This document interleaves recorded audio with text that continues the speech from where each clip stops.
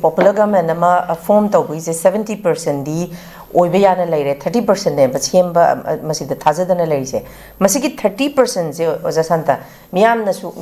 jarak chahin naraga leise sigi 30% di ko se maram je karina oibe ya ojasanta 30% party president lere 30% party president lere abdi party president na home ministry ga phana mori sana so ko su group ka su phana mori sana ta so party president na politically khani political consensus ama utpanga ma change ko hoji lei ba condition jidi moi manung dadi pau phona ram moi na haidok tawai wani ko tabu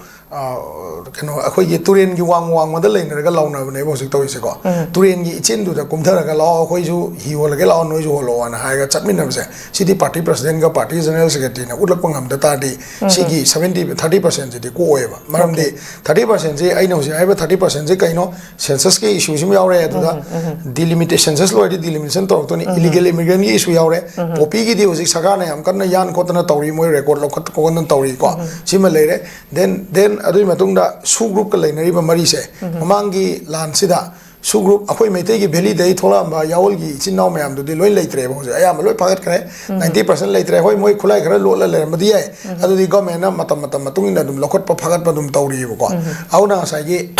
valley da moina utli ba image si chung thok pangam ga ba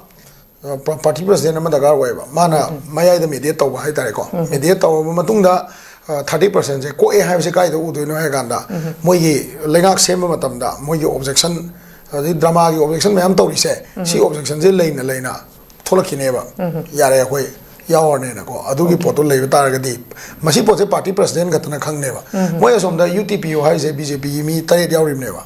adagi nga sai gi UT gi ya ba PU agreement to PU hai se moi tare yaw rim ne ba su agreement to re BJP gi tare yaw rim ne ba aduna moi yaw na akhoi kem khang de Delhi ne wari san rim ne ha di yar we ba ko aduna sarkar sembagi process ta 30% je party de lei re ba party duna honorable yai mena so hai ri dana ngarang ko Delhi ne lepchar kadam ne Delhi ne lepanga maktri se Delhi ne lep tana hosi phau thammi si maram se kaim na te ba hosi gi nasai gi lan se amuka tawrak ta de noi kamai control tawni torko ma tam da BJP gi image kam so kane BJP gi image so soe ko yana bam lei re assembly manung da akoi apa masing do assembly da oina nei na ni hai ba gi aya ba por consensus purpose di party ma ko ta lei ba the party president ga party general secretary ga leader no tawdam na te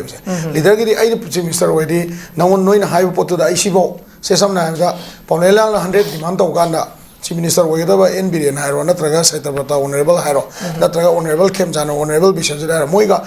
internally Moi Popona Zaraga, Nangi 100 to the I-20 bounding of Nie, I-20 the offer to have to the leader of Magi politics, my new name. Adunataba, party manung the consensus like Manipur, Apun Magi Weba, Smaina Tominasi, Assembly the Wayne and Dinasi, Mayam Sukra, Prazas, woman gray, no Rongizo Apam, Assembly Pukalogana, Hibangam Bagigo, Ado, the full stop Namangamba, party leaders in the car wave, Adu later, we never saw some.